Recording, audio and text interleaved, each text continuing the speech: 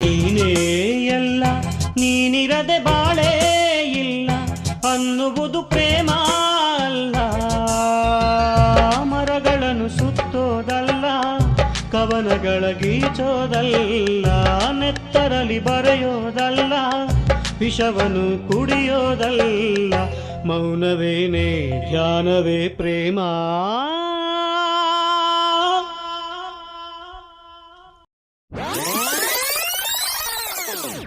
ನೀನೇ ಎಲ್ಲ ನೀನಿರದೆ ಬಾಳೇ ಇಲ್ಲ ಅನ್ನುವುದು ಪ್ರೇಮ ಅಲ್ಲ.